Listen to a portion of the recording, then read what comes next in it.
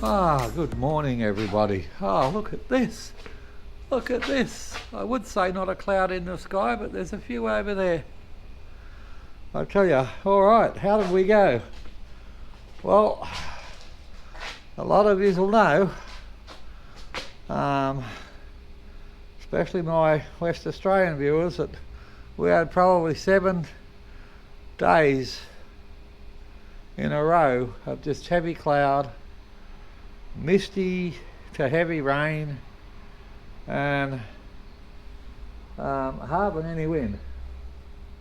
Not like that huge windstorm that came through before that nearly knocked my neighbour's fence down. But yeah, we got the batteries down to 60%, which means we took 40% out of them. So give or take a few watts,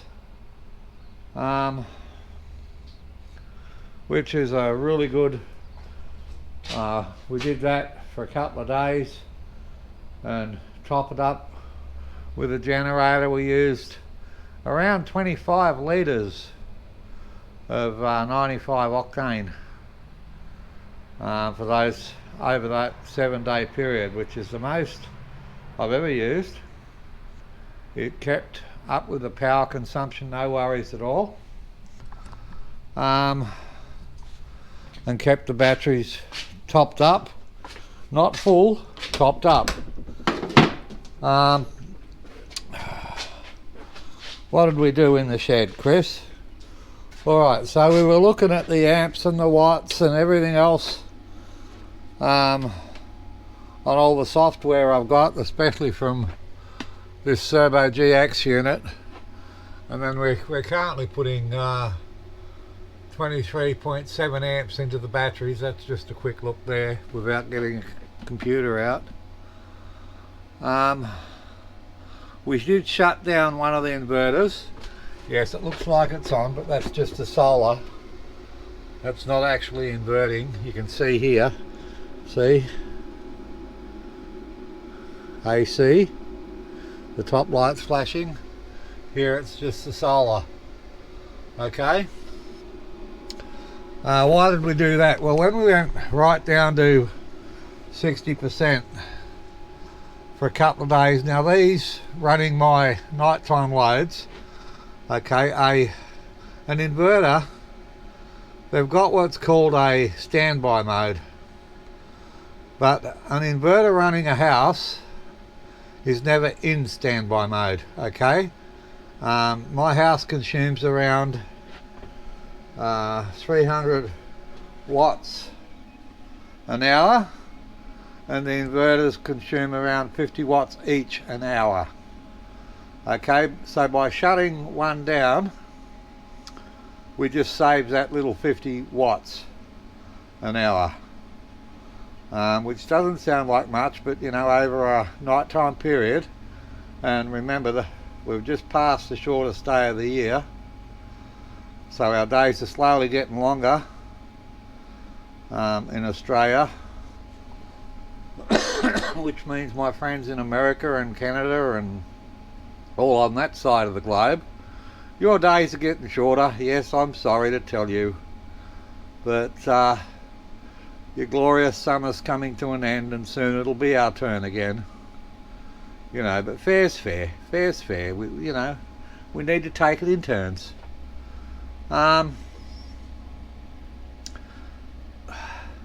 So, yeah, a lot of people think that the inverters go into standby mode because they're waiting for loads, but the fact is, in a house, a modern house, there is always a load. Okay, how did the generator go? The generator went absolutely brilliantly. Look, I told you, that generator I bought a long time ago from Outback's Camping on eBay. It's just at the time I think it cost me around $700. Alright, and that was going back quite a few years. I mean, the battery in it was from 2017, and I just replaced that. It hasn't missed a beat. It does get regular servicing. and it never sits with fuel in it. Alright, at the end of each winter we drain the fuel. Don't leave any fuel sitting in the carburetor or anything like that. And come winter again, start of winter, I pull it out, put some fuel in it, warm it up, change the oils. I just use a standard engine oil, and that's it. That's basically all I do, and it sits there like, when I say, it runs for 9 hours off 5 litres, okay? So it's running for 9 hours at a time, because when I start it because I need power, and it's very quiet. My neighbour's just there, or down there, or even if you're standing in the paddock next door like I was the other day helping my neighbour put supports on his fence, you cannot hear that generator, not at all. Alright, I went to quite a lot of trouble to find a quiet generator, and then I've quietened it down even more, because I'm living in a town and it's my responsibility for my noise control. I wish more people would be like that and control the noise of their generators and their dogs and their kids and whatever else they got running, but it's a town, you know. I can do my bit, and yeah, hopefully the people around me do theirs. But my wife's inside now. She's currently vacuuming the floor. There she is, sucking the floor up with the vacuum cleaner over there.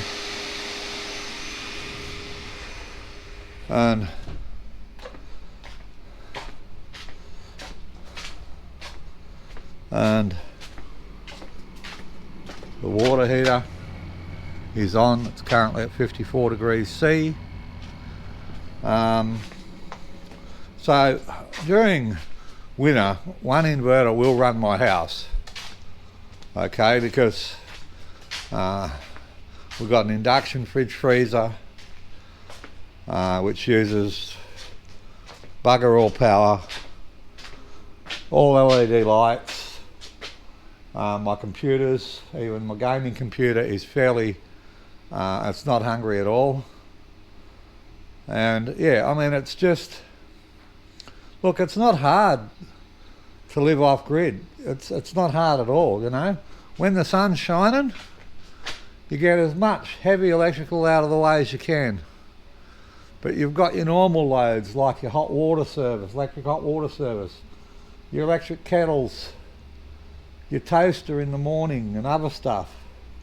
As long as you've got enough to power all those, and if you need to start a generator as a base load, because every off-grid system, okay, needs a base power supply, a base load, something that in bad weather will cover the house and put charge in the batteries. Alright, and that little 3 kilowatt generator doesn't no worries at all for us. So and that's the way I'm feeding it through here. I'm actually using it through this inverter here as a battery charger. I'm not trying to run huge startup loads. I've got my inverters here to run the huge startup loads. Alright, like the electric kettle for 2 minutes, the toaster for 5 minutes. And all the while that generator's just idling along, putting 20 amps at 48 volts into my battery bank. I tell you, that's the most brilliant idea I had, was to do that. I just love it, just love it. And you can see we haven't got the fan going, it's off. In summer we have that going just to help circulate air in here. It does get quite warm in here. So anyway, people, I've touched on quite a few points, and you know, think about what I've said. It makes a hell of a lot of sense, and I've been living off grid for quite a lot of years now. And like I said, we designed this system, and apart from the 240 volt side, we did all the DC work myself.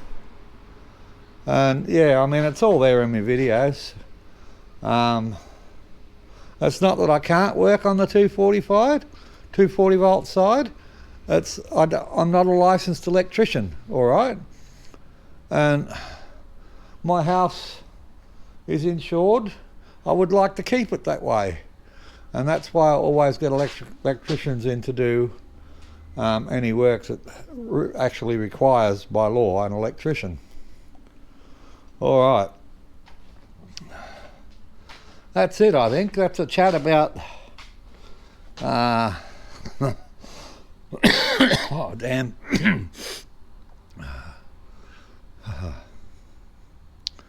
Bloody wintertime cold, eh? But that's how we went, and that by the way has got to be not the worst wind we've had, but as far as a winter goes, but as far as rain and cloud goes, I mean, that was hard, those 7 days. That was that just made us all feel miserable. We wondered if we were ever going to see the sun again. Anyway, that's it. I've rambled on enough. Keep safe. I hope you enjoy the video. Take what you will out of it. I've touched on quite a few points. Did I have to turn that inverter off? Not really, but you know, 50 watts is 50 watts, and when you haven't got any sunshine or any light penetrating through the clouds, and your solar panels are just sitting there doing nothing, then you conserve what you can conserve. You try not to get your batteries too low. I mean, mine went down to 60%, which meant we used 40% out of them. Most of the time I only try and use 20% out of them, but it is good to cycle your batteries every now and then, which I do, and this winter they got a bloody good cycle. They got a really good run, so that'll do them good. Alright, that's it everyone. Like I said, you know, keep well, keep safe, and enjoy life. Get out there and enjoy it. Go and do stuff. That's what Ziggy and I do.